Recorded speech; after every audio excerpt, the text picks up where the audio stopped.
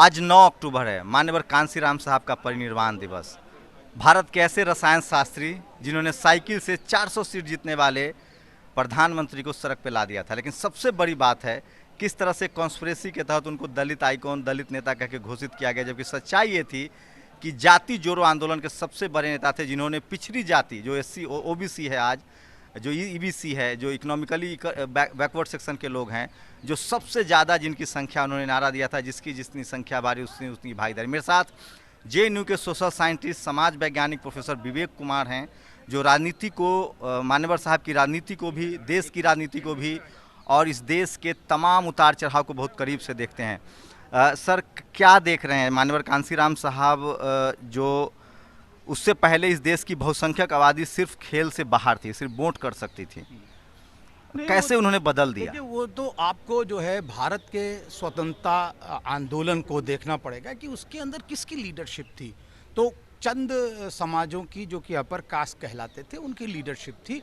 और कभी भी जो असंख्य किसान ने लीडर हुआ करते थे या किसान लोग थे, जिनको फूले साहब रिप्रेजेंट करते थे, जिनको नारायण गुरु रिप्रेजेंट करते थे, या जिनको पेरियार रिप्रेजेंट करते थे, उन सब का कोई भी रिप्रेजेंटेशन या नुमाइंदगी नहीं थी। ये बात तो एकदम मतलब इबारत की तरह साफ लिखी हुई है कि इसके लीडर जो है गांधी माने गए, उसके बाद नेहरू माने गए, और ज़्यादा से ज़्यादा पटेल तक जो है वो भी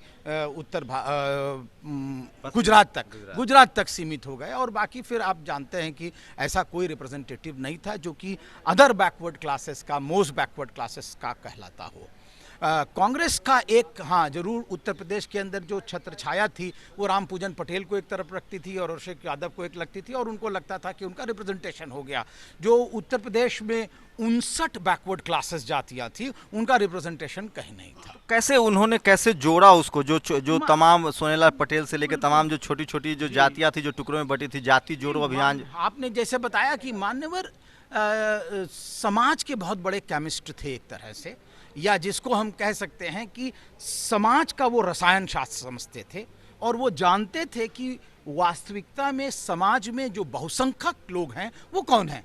बहुसंख्यक लोग जो हैं वो अदर बैकवर्ड क्लास में आते हैं, शेड्यूल कास्ट हैं, शेड्यूल ट्राइब हैं और अल्पसंख्यक हैं। और अल्पसंख्यकों के अंदर भी बैकवर्ड क्लासेस हैं, जो कि लोग मतलब पासमानदा जिनको आज कह रहे हैं, उनको लोगों को पता ही नहीं था। तो मान्यवर ने जब तलाशना शुरू किया अखिल भारतीय स्तर पर, तो वो केरला में इड़वा लोगों के पास गए, जिनका नारायण गुरु आंदोलन कर रहे थे। 1925 में पेरियार ने कांग्रेस से रिजाइन दे करके आत्मनिर्भर, आत्म रिस्पेक्ट या सेल्फ रिस्पेक्ट मूवमेंट बनाया, और बाद में वो डीके में परिवर्तित हुआ आंदोलन। इधर जो है साहू जी महाराज किस तरह संघर्ष करके, जब उनका राज्य अभिषेक होना था तो ब्राह्मण नहीं तैयार हो रहे थे, तो मान्यवर ने कहा कि जब ये एक राजा का राजा का ये तिलक करने के लिए ऐसा कर रहे हैं, तो जनसामान्य के लिए क्या करते होंगे। तो इसलिए उन्होंने अपने राज्य में 50% रिजर्वेशन की बात करी।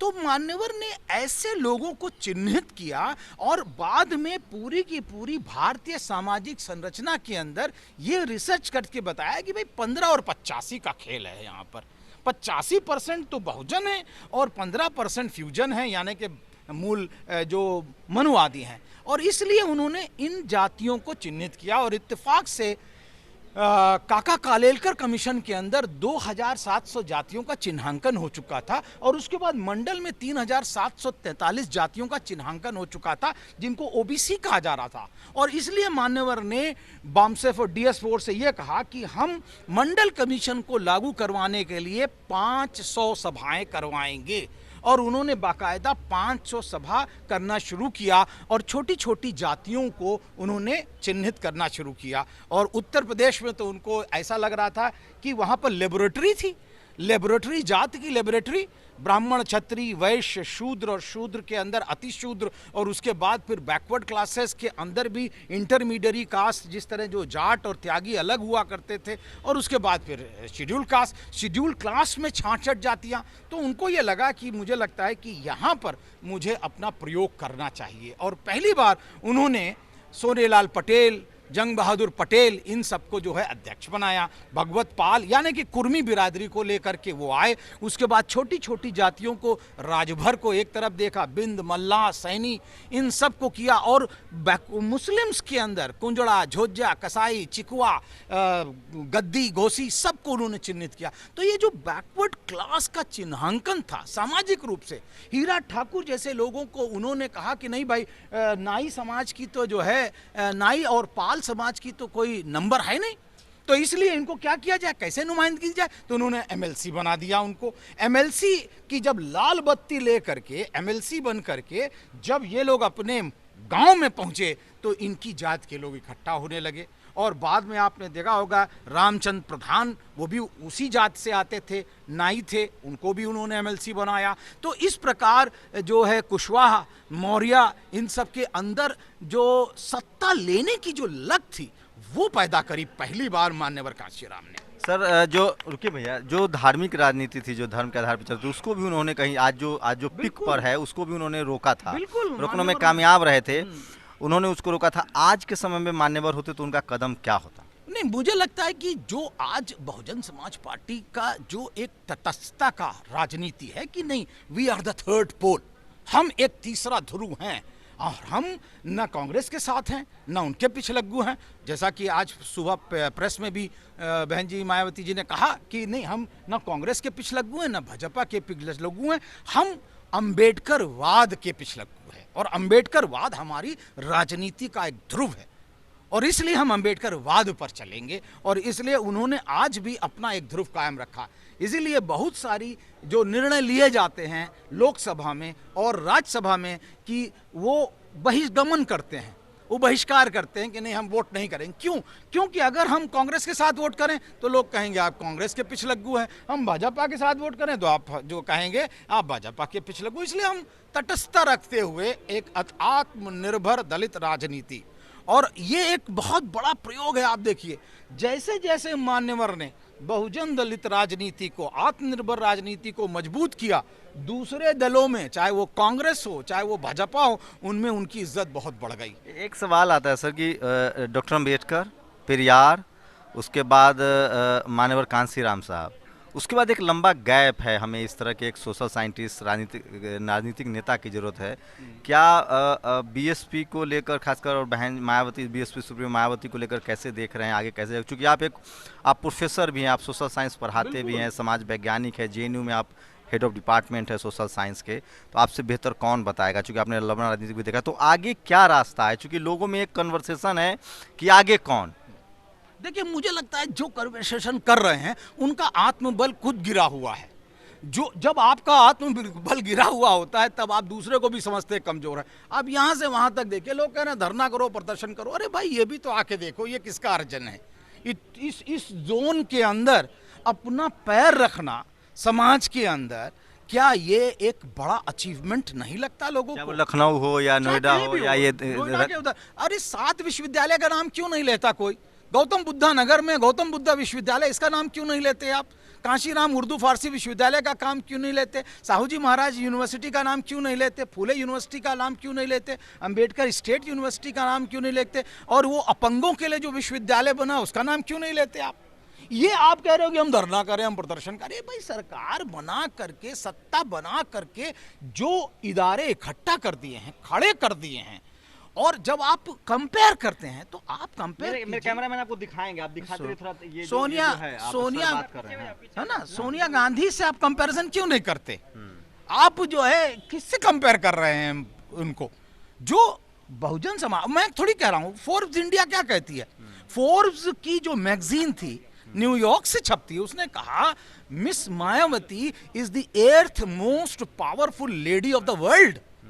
विश्व की 8वीं सबसे बड़ी वो लीडर है। तो मैं थोड़ी कह रहा हूं, ये तो फैक्ट बताते हैं, ये तो रिसर्च बता रहा है। तो आप कंपैरिजन कर रहे हैं। हाँ, ये जरूर है, हम लोग दलित लोग हैं या दलित समाज के भाई लोग हैं, वो ये समझते हैं कि बहन जी हमारी हैं, वो हमारे बीच में ही रहे, बस ये एक चाहत होती है, और इसलिए वो कहते हैं कि आना चाहिए उनको बीच में। लेकिन इसका ये मतलब नहीं कि वो ये नहीं कह रहे कि आप ये सब मत करिए। ये समझना चाहिए लोगों को कि हमारा जो समाज है, बहुजन समाज है, उसके नेचर को, उसकी चाहत को 2500 वर्ष की जो गुलामी है या 2500 वर्ष की जो प्रताड़ना है, वो क्या 20-25 साल में पूरी हो जाएगी? दुख हैं, दर्द हैं, मैं कब कह रहा हूं कि नहीं है, लेकिन उसके करने का तरीका है।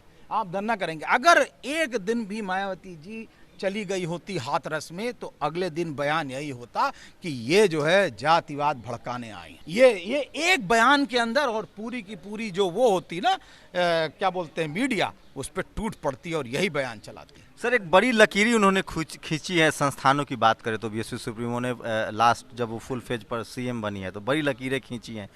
आज की अगर आप ग्रास रूट पर देखें तो SC ST OBC माइनॉरिटी के जो युवा हैं, राजनीतिक दल कोई हो, धरना प्रदर्शन में ही शामिल है, डंडे यही खा रहे हैं। तो ये कैसे इनको जोड़ा जाए? क्योंकि हमारे पास कोई पैन इंडिया पार्टी नहीं है बीएसपी को छोड़ के, तो इनसे कैसे जोड़ा जाए? नहीं, मुझे लगता है कि देखिए, मैंने तो बहुत बार सुना कि जो है युवाओं को जोड़ो, 50% स्ट्रक्चर में युवा होना चाहिए, ऐसा मेरा रिसर्च बताता है और मुझे भी लोग बताते हैं कि ये सीधे के सीधे शीर्ष लीडर का एक फरमान है अपने लीडर्स को कि 50% संगठन के अंदर युवा होना चाहिए। लेकिन क्या युवा पद लेकर के काम करने के लिए तैयार है? आप देखिए कि उसको जो समानांतर राजनीति है, युवा उससे बड़ा मुतासिर है, उससे बड़ा इन्फ्लुएंस है। समानांतर युवाओं की राजनीति क्या है? खुली जीप होनी चाहिए और आगे बोर्ड लगा होना चाहिए फलाना प्रांतीय अध्यक्ष, और उस पर 25 लड़के बैठे होने चाहिए जिंदाबाद मुर्दाबाद करते हुए। लेकिन आप देखिए, बहुजन समाज का आंदोलन मान्यवर खुद कहा करते थे, मान्यवर ने कहा बाकायदा कि हम अपने आंदोलन के लिए अपने युवाओं का प्रयोग नहीं कर सकते, ये नैतिकता का आधार है। लोग जो आप कह रहे हैं डंडे खा रहे हैं, अरे भाई आप धरना किसके लिए करेंगे? भाई धरना तो उसके लिए करते हैं जिसको पता ना हो कि आपकी प्रॉब्लम क्या है, तो आप धरना करके बताएं, वरना जिसको प्रॉब्लम पता है उसको क्या कराएंगे? मान्यवर इसके लिए कहा करते थे सोते हुए को जगाया जा सकता है, जो सोने का नाटक कर रहा है उसको क्या जगाओगे? हैं? आप बताइए कि उनको पता नहीं है कि दलितों की प्रॉब्लम क्या है। आपको तो पता है ना कि हर दिन 125 वारदात हो रही है, नेशनल क्राइम रिकॉर्ड ब्यूरो का यह डाटा, हर दिन दलितों पर 125 वारदातें हो रही हैं अपराध की, और 10 रेप होते हैं दलित महिलाओं पर। क्या सरकार को ये आंकड़े पता नहीं है? क्या सरकार इनके लिए कुछ कर नहीं सकती? सरकार तभी जागेगी जब हम लोग धरना करेंगे? नहीं, ऐसा नहीं है, ये चेतना की बात है। और इसलिए विचारधारा की लड़ाई विचारधारा से, सत्ता की लड़ाई सत्ता से, संगठन की लड़ाई संगठन से, और कैडर की लड़ाई कैडर से। एक आखिरी सवाल सर, आपने लंबा काम मान्यवर साहब को समझा भी, और आज के अभी के समय में भारत के सबसे बड़े सोशल साइंटिस्ट, समाज वैज्ञानिक है प्रोफेसर विवेक, JNU के HOD हैं, हेड ऑफ डिपार्टमेंट है सोशल साइंस के। लेकिन ये मेरे विचार स्वयं के हैं जी, स्वयं के, बिल्कुल बिल्कुल। आपको क्या लगता है कि मान्यवर साहब की जो सबसे खास, अगर कुछ शब्दों में बयां करें तो क्या ऐसा था उनको जो उनको सबसे अलग करता है एक नेता के तौर पे, एक सामाजिक आंदोलनकर्ता के तौर? मुझे लगता है कि मान्यवर के अपने रिसर्च का बहुत बड़ा 5 जो फलसफे थे उनके, 5 बेसिक सोच, वो उनको अलग करती है। वो ये कहते थे अगर समाज को बदलना है तो समाज को समझना पड़ेगा, और उन्होंने समझा, और उस समझा 70 के दशक के बाद समझा। उन्होंने कहा जैसे लोग होते हैं वैसे लीडर मिल जाते हैं, इसलिए लीडर को मत कोसो। लीडर कैसा हो? क्योंकि प्रजातंत्र में लोग लीडर को चुनते हैं, लीडर लोगों को नहीं चुनता है। फिर उन्होंने कहा जिन समाजों की गैर राजनीतिक जड़ें कमज़ोर होती हैं उनकी राजनीति कभी कामयाब नहीं होती, इसलिए गैर राजनीतिक जड़ों को मजबूत करो। और गैर राजनीतिक जड़ों को मजबूत करने के लिए उन्होंने बॉम्ब सेफ बनाई। उसके बाद फिर उन्होंने कहा भाई सत्ता जो है आपको ऐसे नहीं मिल जाएगी, आप गैर राजनीतिक जड़ें मजबूत कर लेंगे तो सत्ता ऐसे नहीं मिलेगी, सत्ता power will be product of struggles. तो इसलिए उन्होंने स्ट्रगल करने के लिए DS4 बनाया 1981 में। और फिर उन्होंने ये कहा कि केवल हंगामा नहीं खड़ा करना, केवल स्ट्रगल नहीं करनी है। Those who oppose when succeed will be asked to propose. तो आपका प्रपोजल क्या है? ऑल्टरनेटिव, वैकल्पिक व्यवस्था क्या है? और वैकल्पिक व्यवस्था को देने के लिए उन्होंने बहुजन समाज पार्टी 14 अप्रैल 1984 में बनाई। तो मान्यवर का जो साइंटिफिक एनालिसिस है समाज का, आंदोलन का और अपने डायनेमिक्स का, कि किस प्रकार वो पड़ाव दर पड़ाव काम करते रहे और उसके बाद फिर और परिवर्तन जब उन्होंने कर दिया तो 1955 परिवर्तन चौक बना करके उन्होंने कहा कि देखो हम तो सामाजिक परिवर्तन का नारा देते थे, लेकिन ये परिवर्तन चौक जो है वो हम बाकायदा अपने गाढ़े और पसीने का जो हमारा रूप है, मूर्त रूप, उसके लिए बना रहे हैं। ये है परिवर्तन चौक और परिवर्तन शुरू हो गया। तो वो ऐसे रसायन शास्त्री थे, उन्होंने इस देश की राजनीतिक परंपराओं को उल्टा था। जो मैनिफेस्टो लाते हैं लोग, घोषणा पत्र, उन्होंने कहा था कि हमारा घोषणा पत्र संविधान होगा। ऐसे थे मान्यवर कांसीराम साहब। आज दिन भर उनकी पूरी कहानी बताएंगे तमाम जानकार लोगों से, और इसी कड़ी में प्रोफेसर विवेक थे। कैमरामैन तारा के साथ शंभू कुमार सिंह, नेशनल दस्तक, दिल्ली। नेशनल दस्तक की आपसे गुजारिश है कि अगर इसको बचाना चाहते हैं तो नेशनल दस्तक को सब्सक्राइब करने के लिए रेड कलर के सब्सक्राइब बटन को दबाएं, फिर बेल आइकन की घंटी दबाएं। नेशनल दस्तक को बचाने के लिए बहुत जरूरी है कि हर खबर को शेयर करें, लाइक करें, कमेंट जरूर करें।